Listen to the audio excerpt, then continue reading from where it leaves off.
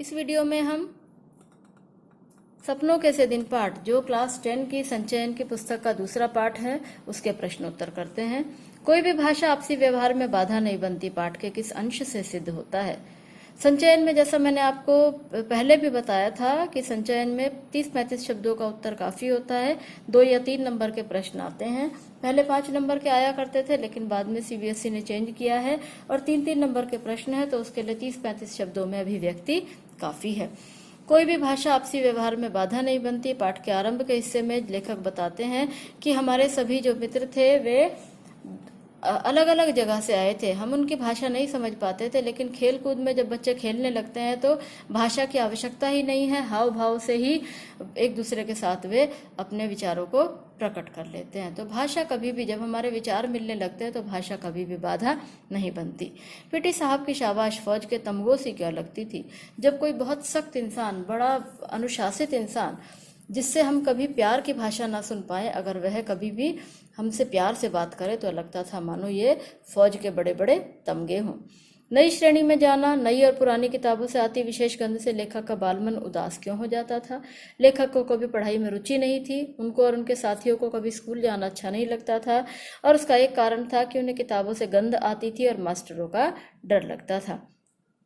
Scout parade करते समय लेखक अपने आप को महत्वपूर्ण फौजी जवान क्यों समझते थे। फौजियों का जीवन सबके लिए एक बड़ा आकर्षण होता है। जब स्काउट परेड ये किया करते थे तब उस समय में ठक ठक करके जब ये बूट पहनकर चलते थे, बिसल पर घूमते थे, तब इन्हें लगता था मानो ये भी फौजी जवान हो, इनके जीवन का सपना मानो पूरा हो गया हो। हेडमास्टर शर्मा जी ने पीटी साहब को क्यों मुअत्तल किया। हेडमास्टर शर्मा जी ने पीटी साहब को इसलिए मुअत्तल, सस्पेंड कर दिया क्योंकि वे छोटे बच्चों को कठोर दंड दे रहे थे और हेडमास्टर शर्मा जी बच्चों को दंड देने के सख्त खिलाफ थे। वे नहीं चाहते थे छोटे बच्चों को मारा जाए या किसी भी प्रकार से शारीरिक दंड दिया जाए। वे स्वयं भी कभी किसी को मारते नहीं थे। लेखक के अनुसार उन्हें स्कूल खुशी से भागे जाने की जगह न लगने पर भी कब और क्यों स्कूल जाना अच्छा लगने लगा। लेखक के अनुसार उन्हें स्कूल कभी खुशी से जाने की जगह नहीं लगी, लेकिन फिर भी जीवन में एक समय ऐसा आया जब उन्हें स्कूल जाना अच्छा लगा। कब अच्छा लगा? जब उन्होंने देखा कि स्काउट परेड हो रही है, मास्टर प्रीतम चंद गुड बोल रहे हैं, शाबाशी दे रहे हैं, तब उन्हें केवल स्कूल जाना अच्छा लगता था। लेखक अपने छात्र जीवन में स्कूल से छुट्टियों में मिले काम को पूरा करने के लिए क्या क्या योजनाएं बनाया करते थे। लेखक अपने छात्र जीवन में स्कूल से जो छुट्टियों में काम मिलता था उसे पूरा करने के लिए रोज की उसकी योजना बना लेते थे। इतने सवाल मैं एक दिन करूंगा, इतने सवाल एक दिन करूंगा और छुट्टियों में ये सारा काम पूरा हो जाएगा। लेकिन क्योंकि ऐसा हो नहीं पाता था, खेल कूद में व्यस्त हो जाते थे, तो उसे पूरा ना कर पाने की स्थिति में वे ओमा की भांति बहादुर बनने की कल्पना किया करते थे। ओमा जो उनके विद्यालय का सबसे निडर बालक माना जाता था, जो कोई भी काम नहीं करता था, केवल लड़ाई झगड़ा और दंगे इत्यादि में ही लगा रहता था। पाठ में वर्णित घटनाओं के आधार पर पीटी सर की चारित्रिक विशेषताएं। चारित्रिक विशेषता का मतलब है चरित्र की विशेषताएं। पीटी साहब कठोर थे, अनुशासित थे, स्वाभिमानी थे। यहाँ तक कि उन्हें जब सस्पेंड किया गया तो उनकी स्वाभिमानिता हमें दिखाई देती है कि उन्होंने उन हालातों में झुकने की बजाय अपने आत्मसम्मान को ऊपर रखा और ऐसे हालात को भी खुशी से स्वीकार किया। विद्यार्थियों को अनुशासन में रखने के लिए पाठ में अपनाई गई युक्तियां और वर्तमान में स्वीकृत मान्यताओं के संदर्भ में अपने विचार प्रकट कीजिए। ये वैल्यू बेस्ड क्वेश्चन है। आपको बताना होता है कि आजकल किस तरह की मान्यताएं हैं। बच्चों को प्यार से समझाया जाता है, उनकी भावनाओं का ख्याल रखा जाता है, लेकिन उस समय में मार पीट कर समझाया जाता था, लेकिन फिर भी बच्चे और माता पिता कोई शिकायत नहीं करते थे।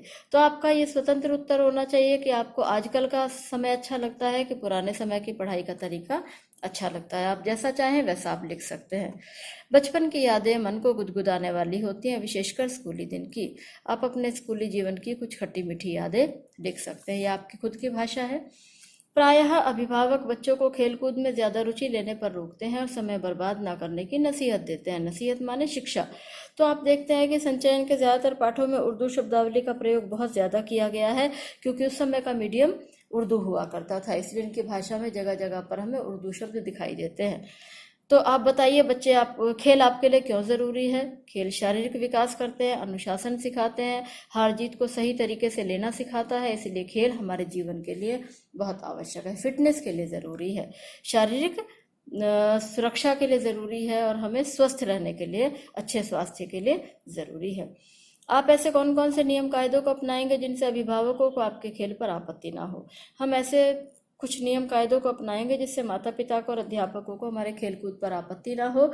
समय से खेलने जाएंगे, समय से अपने सभी कामों को करेंगे, अनुशासन में रहेंगे और निश्चित समय बनाकर केवल उतने ही समय हम अपनी फिटनेस के लिए, अपने शरीर के लिए हम खेलेंगे। तो इससे अभिभावक और शिक्षक कभी भी हमारे खेल कूद पर कोई आपत्ति नहीं उठाएंगे।